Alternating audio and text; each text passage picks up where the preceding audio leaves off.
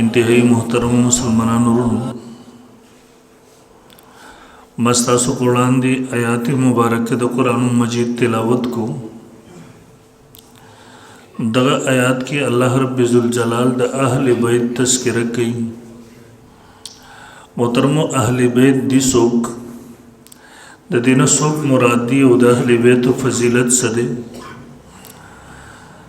محترم اہل بیت اگر کور والا تویلے کی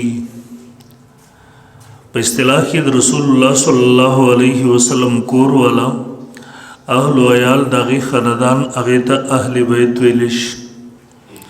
دا اہل بیت اولنے مزداق اغد رسول اللہ صلی اللہ علیہ وسلم بی بیانی دی او بید نبی علیہ السلام پا دعا سرم دا نبی علیہ السلام دا اولاد دغسی علی رضی اللہ تعالیٰ عنہ حسنین کریمین رضی اللہ عنہما وغیرہ دیوم دا اہل بیت مصداق گرزیدلی دی پا اہل بیت کے داخل دی یعنی دا رسول اللہ صلی اللہ علیہ وسلم بیبیانی ازواج مطہرات او دا نبی علیہ السلام اولاد او داوی اولاد دا پا اہل بیت کے داخل دی بید رسول اللہ صلی اللہ علیہ وسلم پا دعا سر علی رضی اللہ تعالیٰ عنہ فاطمة الزہرا رضی اللہ تعالیٰ عنہ او حسنین اغپا از اہل البیت کے داخل دی نن سبا یو طبقہ شیعہ حضراتی اوید اہل بیت دا محبت داولری لیکن محترم اوید اہل بیت دا مصداق بعضی خاص افرادو پوری خاص کئی او دا رسول اللہ صلی اللہ علیہ وسلم بیانی ورنہ اواسی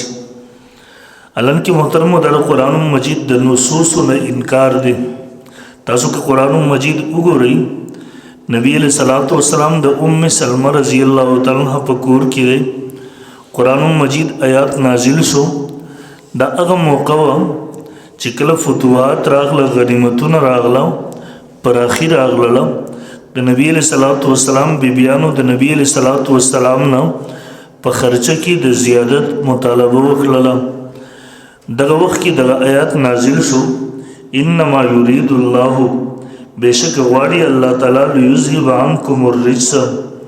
چلری وسات استاسونا گندگی اگر ہر قسم روحانی و جسمانی گندگی دا اللہ دغا غواری چی دا تاسونا لری وساتی اہل البیتی اے دا نبی علیہ السلام کور والاو اے اہل بیتو ویطہرکم تطہیرا و تاسو پا کامل طریقے سر پاک کی استاسو کو گو رئی دا دے آیات مبارک سیاق اور سباق مخ کی ورست گو رئی پس منظر گو رئی نو پا دے آیات کی خطاب شویدے دا نبی علیہ السلام بیبیان ہوتا ازواج متحرات ہوتا او قرآن مجید اویتا اہل البیت ویلے دے وزد ازواج متحراتو دا اہل بیت کی دون انکار کول گوئے دا قرآن مجید دا دے آیات دا نست انکار دے یا دویم سے سورہ آل عمران آیات نمبر 121 کی اللہ رب ذوالجلال فرمائی کلچ نبی علیہ السلام دا احد جنگ تزی پتغا وقت کی قرآن ذکر کئی وَإِذْ غَدَوْتَ مِنْ أَهْلِكَ پیغمبر کلچ ترخ پل اہل نا دا کور والا نا وطی روانے دی پا اتفاق دا مفسرین سر نبی علیہ السلام پا دی وقت کی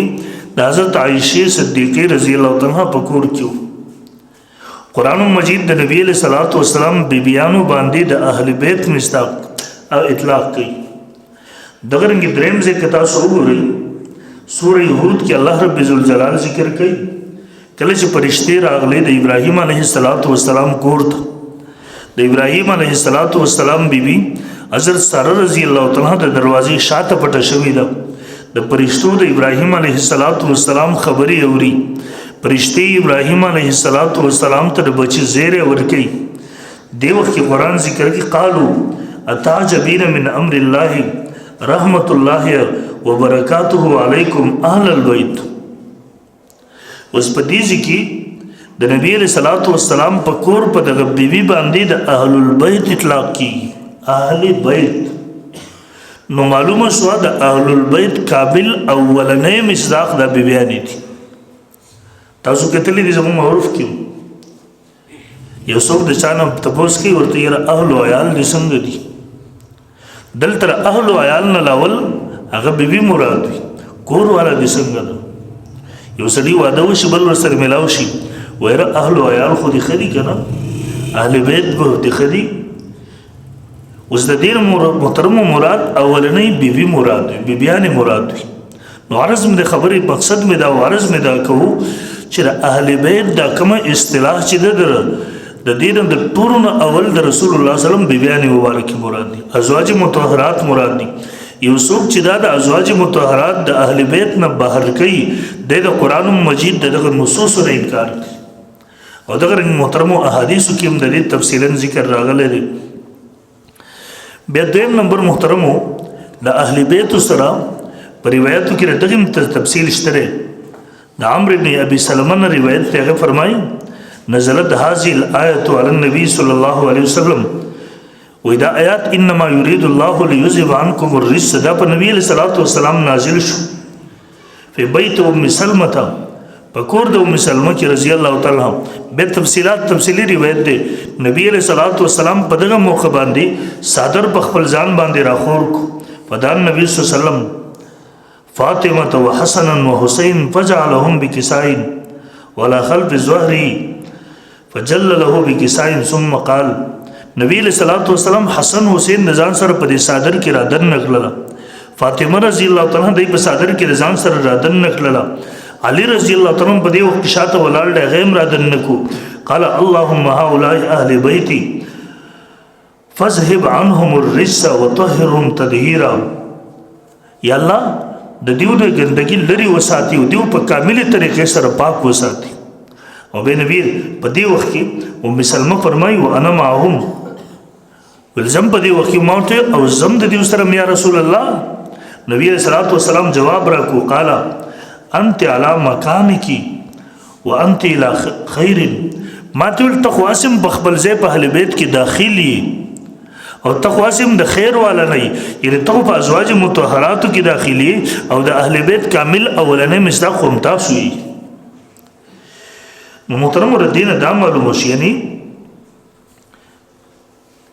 د اهل بیت په دغه اصطلاح او شیعه حضرات ازواج مطهرات د دین او واسي ظلم دغه کې محترم ودلته محترم یاد ساتي نبی علیہ الصلوۃ والسلام حسن حسین علی رضی الله تعالی فاطمه رضی الله تعالی دای په صادر کې رضان سره داخل وي الله د زما اهل البیت یا الله دیوم په هغه فضیلت کې داخل کا په کم چیز کم فضیلت چې زما د ازواج مطهرات زما د بیبیانو د پاره راغله او دغه یاد ساتي د رسول الله صلی الله علیه وسلم سلور رولوي د حضرت خدیجه الکبرى رضی الله تعالی عنها یو باغی کې رقیه رضی الله تعالی دویم ام کلثوم دریم زینب سلورم فاطمه الزهرا رضی الله عنهن اجمعین خو محترمو دا کم فضیلت چې راغله د نبی صلی الله علیه وسلم په صادر کې حسن حسین علی فاطمه رضی الله عنهم دی را دن نکړه او به د الفاظ په دې وخت کې د اولنۍ درې وړ صاحب زیادیانی نبی علیہ السلام دغه لونه د وفات شوی دا په دې وخت کې موجود نه وي په دې وخت کې صرف فاطمه الزهرا رضی الله تعالی موجود د دې وجنه روایت کې راوي ذکر نشته به محترم د اهل بیت مبارک تفصیل ذکر دی او فضائل اهل بیت اول نمبر د آیات انما يريد الله ليذهب عنكم الرجس اهل البيت ويطهركم تطهيرا اے اهل بیت الله دا غواړي چې ګندګي د تاسو نه لري وساتي هر قسم روحاني ګندګي د جسماني ګندګي د ګناهونو دا کبایر دي صغائر دي دنیا په صورت کې د شکل کې دا ټول الله رب ذوالجلال غواړي تاسو د دې نه پاک کې لري درنه دا وساتي نو دا د اهل بیت په فضیلت باندې دلالت کوي او قران مجید کې په صراحت سره الله رب ذوالجلال ذکر کړی دا چې د قیامت د ثواب پوری بخلق هغه د غلولي به نبی صلی الله علیه وسلم فرمایي حدیث کې راځي نبی صلی الله علیه وسلم فرمایي راوی ذکر کوي وجاء العباس الى رسول الله صلی الله علیه وسلم فكانه سمع شيئا فقام النبي صلی الله علیه وسلم منبر د چرته بلار باندې څور دلو د چا سره خبري اترې شوې هغه ستېزي خبري وکړي د رسول الله صلی الله علیه وسلم ترته په دې وخت کې نبی صلی الله علیه وسلم په منبر ودرېدو فقال من انا قالوا انت رسول الله عليك السلام ودرې د ویل څوک یم ما پیژنئ صحابه ورته جواب ورکړ ته د الله رسول سلام دی په تاسو باندې قال نبی علیہ الصلوۃ والسلام فرمایل انا محمد بن عبد الله ابن عبد المطلب ز محمد د عبد الله زوی د عبد المطلب نو سیم ان الله خلق الخلق فجعلني في خيرهم فرقه الله مخلوق پیدا کو فجعلني في خيرهم فرقه زه پدیو کی په بهترین ډلی او بهترین گروه کې پیدا کړم ثم جعلهم فرقتين بالله رب ذوالجلال دا خلق دو قسم خلق په دوه ډلو کې تقسیم کو فجعلني في خيرهم فرقه زه په دغه دوه ډلو کې په ټولو کې په بهترین او په غوړه ډله کې کړم ثم جعلهم قبائل بالله دا خلق قبيله وګرځول فجعلني في خيرهم قبيله بالله رب ذوالجلال په دې کې زه په بهترین او په غوړه قبيله کې پیدا کړم زه په هغه کې وګرځم ثم جعلهم بيوتا فجعلني في خيرهم بيتا وخيرهم نفسا بالله رب ذوالجلال دا خلق په کورونو تقسیم وړل نو رسول الله صلی الله علیه وسلم فرمایي زه په دیو کې د ټولونو په بهترین کور کې او په بهترین ذات کې پیدا کړم یعنی زما خاندان هم د ټولو نه غوره زما قبیله هم د ټولو نه غوره به د ټولو نه وروسته رسول الله صلی الله علیه وسلم راغی د خپل ذات په اعتبار سره او د خپل کور اهل او عیال د اهل بیت په اعتبار سره یعنی په دغه ټولو کورونو په دغه ټولو خاندانونو کې په ټولو کې زما اهل البیت به ټولو نه غوره دي لکه څنګه چې د رسول الله صلی الله علیه وسلم فضیلت دی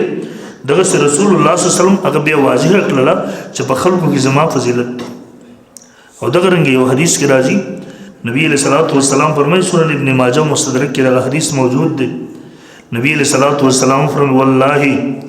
قسم په الله لا يدخل قلب رجل الايمان د یو سړي زړه ته ایمان تر هغه وخت پورې نه داخليږي یعنی یو سړی تر هغه وخت پورې مؤمن نشي کېدی حتی يحبهم لله ولقرابتهم مني تر دې پورې چې د الله د پاره زما سره محبت ورساتي او زما د وجنه به زما د اهل بیت سره محبت ورساتي تر څو پورې چې یو سړی د دواړه کارونه نه کړي زما محبت او زما د اهل بیت محبت ما سره محبت د سره وجنه د الله د رضا د پاره ځکه چې الله ز پیغمبر او رسول جوړ کړي او زما د اهل بیت سره محبت د سره وجنه زما د محبت د وجنه نو تر هغه وخت پورې انسان مسلمان نشي کېدی دا رسول الله صلی الله علیه وسلم انتهایی تاکید فرمایي انتهایی په تاکید او نبی علیہ الصلوۃ والسلام فرمایي امام حاکم رحم الله مستدرک کې دا حدیث نقل کړی دی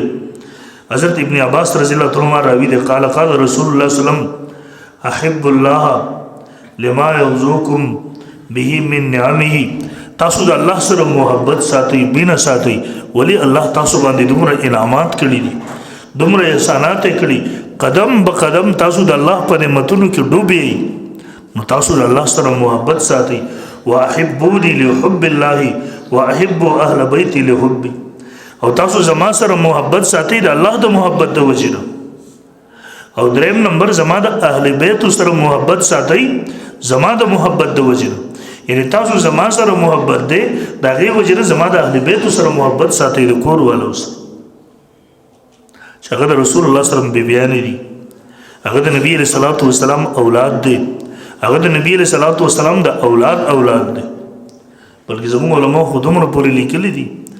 د عربو سره محبت کې په دې خاطر چې د رسول الله صلی الله علیه وسلم خاندان او قوم عرب نبی علیہ الصلوۃ والسلام د کلی سره محبت کې د دې وجه نه د نبی علیہ الصلوۃ والسلام کله وته مشهور واقعه ده یو سړی حج او عمره ته تللی هلته صرف د عمره ویل یاره د مدینې منورې دا شغلې چې دي دا خو تروي دي سپکاوي په تور د استهزاء په تور د الفاظ ویل به خوب ګوري رسول الله صلی الله علیه وسلم ورته خوب کې راځي ورته وایي چې زما د مدینې شغلې هغه تروي دي ته ورته په دغه سي انداز سره ګوري به زما په مدینه کې څه کې زر دلته نه وځه د چې پاسو د انتهایی په خفګان کې د جاړي هغه جړه کې ورته بیا خوب راځي سید الشهدا حضرت حمزه رضی الله تعالی ورته خوب کې راځي هغه ته وایي تاسو مې نبی علیہ الصلوۃ والسلام ته سپارښت وکړي هغه ورته وایي چې د الله پیغمبر درته ویلي دي چې د مدینې منورې نه وځه نو بیا زر وځه پاتې کېږي ما ایمان دې خطر کې دا خو د رسول الله سم اهل البیت د نبی علیہ السلام د کلی سره دغه د وطن سره دغه د خاندان دغه د علاقې سره دغه خلکو سره محبت ساتل د رسول الله صلی الله علیه وسلم د وجنه دا د ایمان علامه ده نو د رسول الله صلی الله علیه وسلم د اهل البیت سره محبت انسان ولې نه ساتي د بزان ته مسلمان وي او بیا تعلق نه ساتي دغه رنګ زید ابن ارقم رضی الله عنه فرمایي نبی علیہ الصلوۃ والسلام یو ځل خطبه فرمایل او پاږي کې فرمایل وأهل بيتي أذكرهم الله في أهل بيتي أذكركم الله في أهل بيتي أذكركم الله في أهل بيتي درې ځله د الفاظو فرمایل نبی علیہ الصلوۃ والسلام فرمایل تاسو زه د اهل بیت مبارک د الله نه یرو تاسو زه د اهل بیت مبارک د الله نه یرو یعنی د اهل بیت مبارک خپل جبه کنټرول ساتي خپل زړونه کنټرول ساتي خپل سوچ او دماغ کنټرول ساتي د ایمان د زوال ذریعہ ګرځي او جابر رضی الله عنه فرمای و ما د عمر رضی الله عنه فرمایل یقول للناس حين تزوج بنت علي کله چې د علي رضی الله عنه د لور سره نکاح وکړ عمر فاروق رضی الله عنه د علي رضی الله عنه د لور سره نکاح شوی دا د سره پاره د فضیلت د حاصلو کړو لپاره روسته په روایت راش د روایت مجموع الزوائد وغیرہ ټولو کتابونو کې ذکر دي نو عمر ز خلکو ته فرمایل تاسو ماته مبارکباد ولې راکول نه راکوي خلکو تاسو ماته مبارکباد ولې نه راکوي سمعت رسول الله صلی الله علیه وسلم یقول ينقطع يوم القيامه كل سبب ونسب الا سببي ونسبي د قیامت پر ورځ به ټول تعلقات او نسبونه ختم شي دا ټول به ختم شي سوا زما د سبب او نسب دا زمان نسب رشتہ د حال تم قائم علی رضی الله عنه دغه فضیلت د حاصلولو لپاره د علی رضی الله عنه د لور سره نکاح شوی دا نو خلکو ته وای تاسو ما سره مبارکباد ولې نه راکوي یعنی دا هغه مبارک خاندان دی دا هغه مبارک خلک دي چې د قیامت پر ورځ هم دا رشتہ نه کټ کیږي دا رشتہ بل تقایب او دایم محترمو د اهل بیت سره محبت دا د ایمان علامت دی یعنی سید خاندان دا چې کوم را روان دي دا د رسول الله صلی الله علیه وسلم سره تعلق نن سبا کور سره دا وکړي چې صحیح دی اگر چې وی بنا دا دروغ نسبتونو ذکر کول لا سخت ګناه ده خو بهرحال چې موت ته پته ولګي یو سړی دی سید د رسول الله صلی الله علیه وسلم د خاندان سره تعلق ساتي به په موږ تاسو باندې لازم دي چې موږ تاسو راغی سره محبت وساتو په موږ تاسو باندې بیا لازم دي چې راغی احترام په ځل کې وساتو یو بزرګ ذکر کوي یو سید خاندان دی په بلخ کې اوسېدو زنانه ښځه خاوند دواړه سید خاندان سره تعلق ساتي یعنی د رسول الله صلی الله علیه وسلم د خاندان سره تعلق ساتي دې کې د دې زنانه د خاوند وفات شو انتهایی غریب خلک دي فقر او فقیر دي د خاوند نه چې ورته څه پاتې شوی هغه ختم شو دیو د بلخ نه سفر د دې وجه چې د علاقې کې خلک پیژنې خلک په پیغور راکوي تانه به راکوي ځکه زمونږ کور کې خوار روغ لوږې تندې دي دیو راغله سمرقند یو وخت په کور کې هغه راغی چې هېڅ پاتې نه شو د زرانه خپل لونه بچی نشته پلاري نه لونه دي هغه لوریانې کور کې پرېښولې دا بهر راووته ځکه په داسې وخت کې چې انسان د لوږې نه مري هغه مرداره خوړل د انسان دپاره جایز شي په دغسې وخت کې سوال د انسان دپاره جایز شي دا زنانه چې کله راځي دلته دوه ډلې دي دوه ټولګي جوړ شوي دي یو کې د هغه ځای حاکم گورنر دی دویم اگر مجوس قبیله ده مجوس خلک دي هغوی ناست دي مجوسي د هغوی مشر هم ناست دی دی ورغی هغه کوم چې مسلمانان دي او د هغوی سره د هغوی حاکم گورنر ناست دیو ته ودرېده ورته خپل غربت ذکر وکړو او بیا ورته دا ویل زه د سید خاندان سره تعلق ساتم هغه ورته د تا سره دلیل سره چې ته سید خاندان سره تعلق ساتي دلیل راوړه دی ورته په دې علاقه کې وسوک ما پیژنې نه زه د بلې علاقې نه راغلی یم دلته زما سره څوک به ته ورته ګواه نشته دی چې زه هغه راولم ګواهي ورکړي هغه ورنه بېغوري ورکړله توجه دې ته ورنه کړه دا مجبوره شو هغه مجوسو ته راغله هغه مجوسو ته چې کله د رسول الله صلی الله علیه وسلم نامه واخیستله چې زه د سید خاندان سره تعلق ساتم کور کې لوږې باقي دي خاون مې وفات شوی دی هغوی د نبي علیه صلات وسلام د دغه نسبت احترام وکړو د ځان سره واغستل کور ته بوتل کله کله محترمو دغه نسبت سره خاطر وکړي خاموش تا د یو عالم سره مسله راغله ته به ناحقه م وي تر دې وجې نه خاموش یاره د رسول الله صلی الله علیه وسلم وارث دی به زه به چوپ شم یو طالب سره دې مسله راغله یاره دیني علوم زده کوي د دین طالب دی غلطي هم کړې ده د رسول الله صلی الله علیه وسلم وارث دی ته خاموش شوي تا د دې نسبت خاطر وساته په دې الله ډېر څه ورکوي انسان ته دلته ګورې یو مجوسي د دغه نسبت خاطر وکړو د دغه نسبت خیال یې وساتو دیو یې راوستل هغه لوړې مولا راوستې خپل کور ته ځکه اوسېدو ځای هم بد حال و ښه خوراکونه یې وکړه ورباندې بیا ورته ښه لباس انتظام وکړو شپې ورته راورسوو د شپې چې کله شپه راغله دغه گورنر حاکم خوب ګوري رسول الله صلی الله علیه وسلم دې طرف ته د زمرد یو شین زبردسته محل جوړلی دی ورنه تپوس کې د الله رسول د محل د چا دی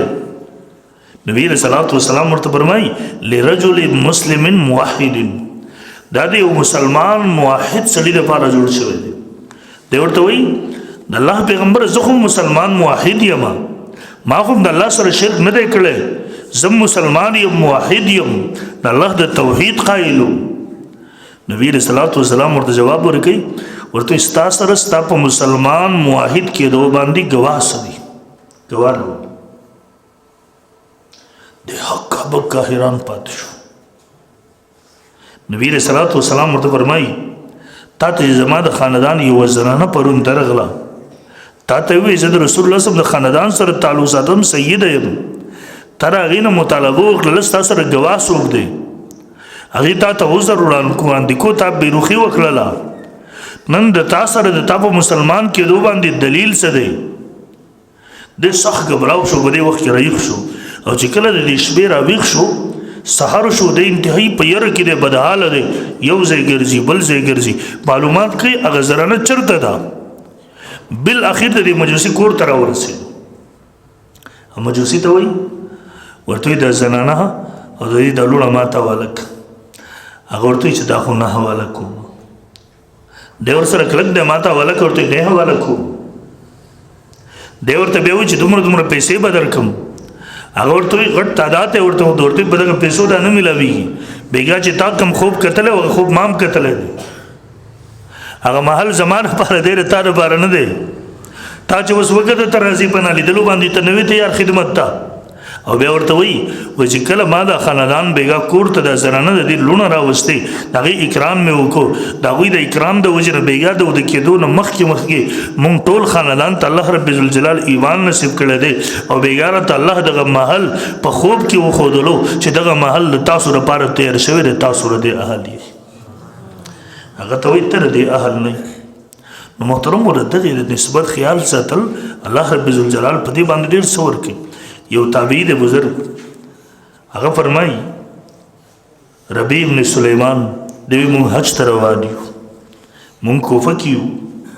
پیادل قافلې به وي پاسونو به اوښانو به سفرې کولې ویل مونږ کوفې ته راورسېدو د کوفې په بازار کې زه ګرځم چې ځان ته ضرورت سامان واخلو ځان سره حج ته ویسو پیادل سفر دی ویل یو سړه ځي باندې زما مزل تېرېدل کېږي یو زنانه ده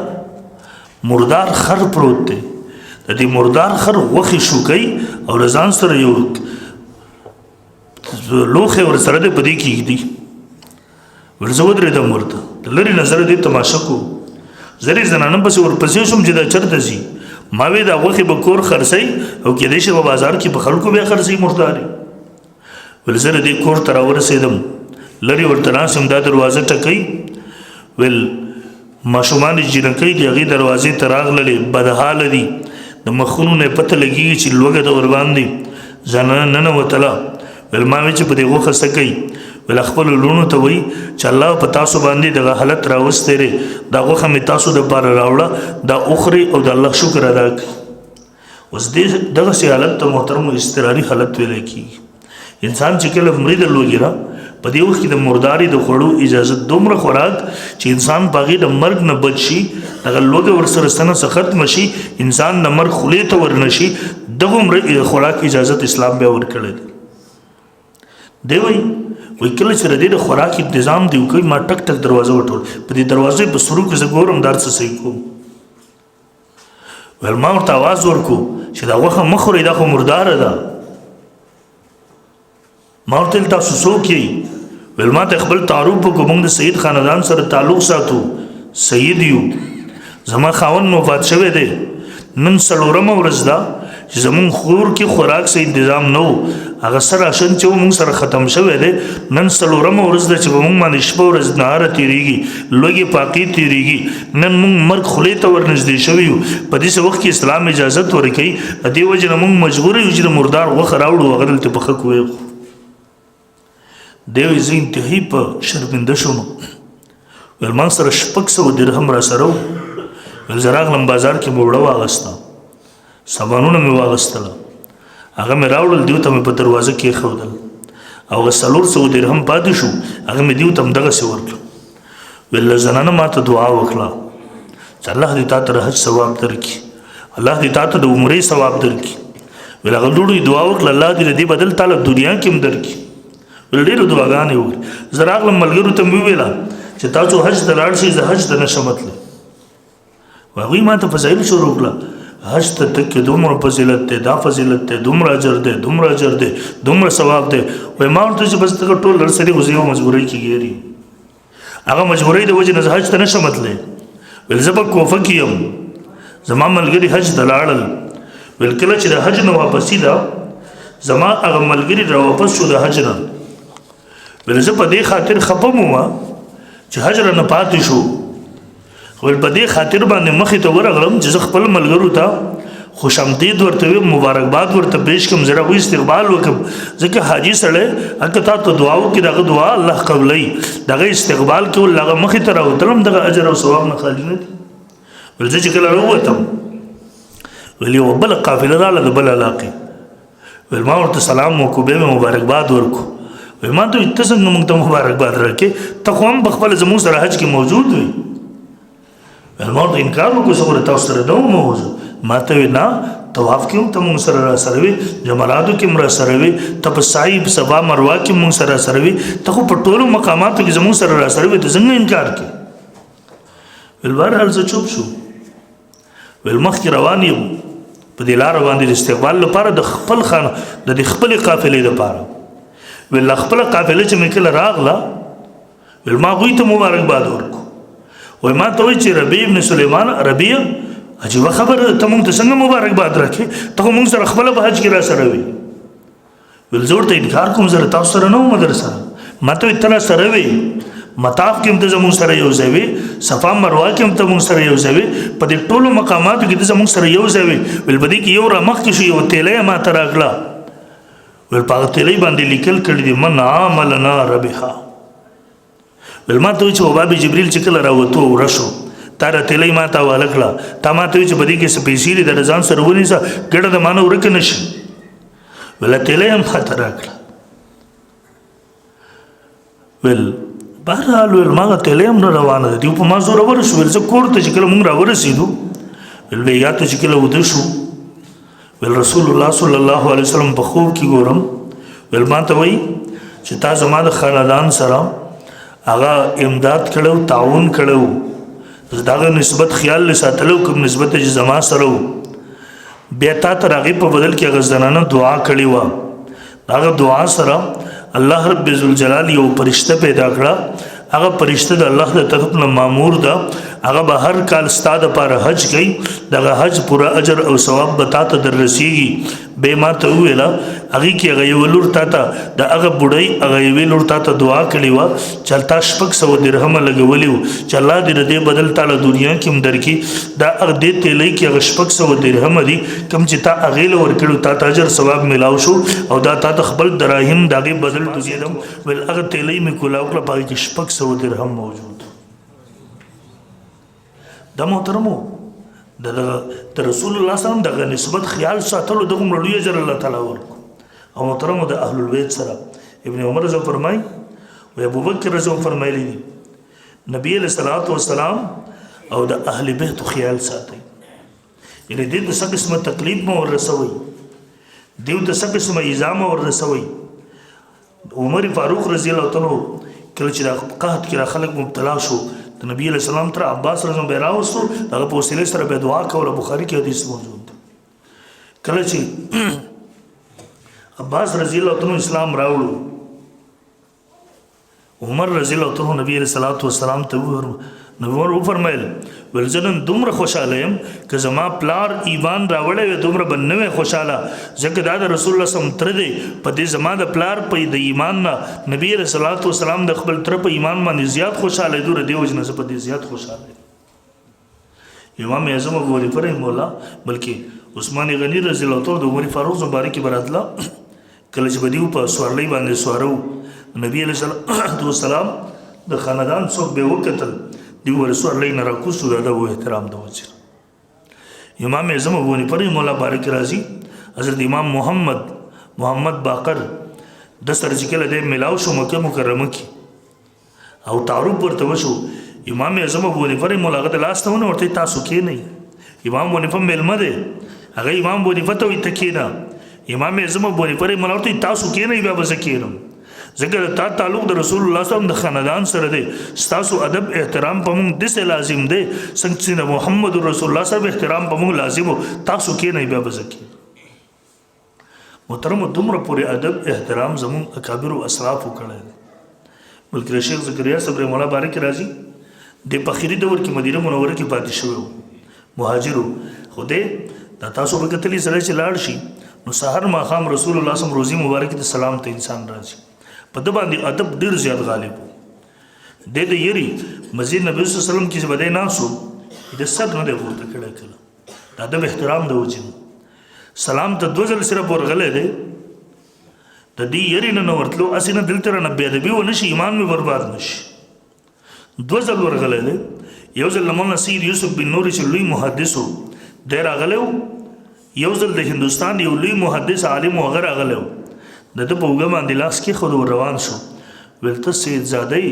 د رسول الله صلی الله علیه وسلم د خاندان سره تعلق ساتي کمانه څه کوتاهی وشي غلطي وشي کې دې چې تاره وجه رسول الله صلی الله علیه وسلم معاف کی دا دوه پیری سره راغلم په دې طریقې سره محترمو د رسول الله صلی الله علیه وسلم نسبت دغه خاندان د هر چا نسبت چې په هر درجه کې راغلو دا د رسول الله صلی الله علیه وسلم د خاندان سره تعلق ساتي سید دی دا د نبی رسول الله صلی الله علیه وسلم وارث دی عالم دی دا تعلیف دی رسول الله صلی الله علیه وسلم ملمه دی مونږ بر دې قدر کوو مونږ بر دې احترام کوو دا قدر احترام د دنه دی دا دغه نسبت دی چې کوم د رسول الله صلی الله علیه وسلم سره راغلی دی نو په دغه احترام به الله رب الجلال مونږ ته دنیا کې مجر راکړي آخرت کې به هم راکړي الله رب الجلال دې مونږ ته د ادب احترام او دغه نسبت د قدر کولو توفیق راکړي واخر دعوانا الحمدلله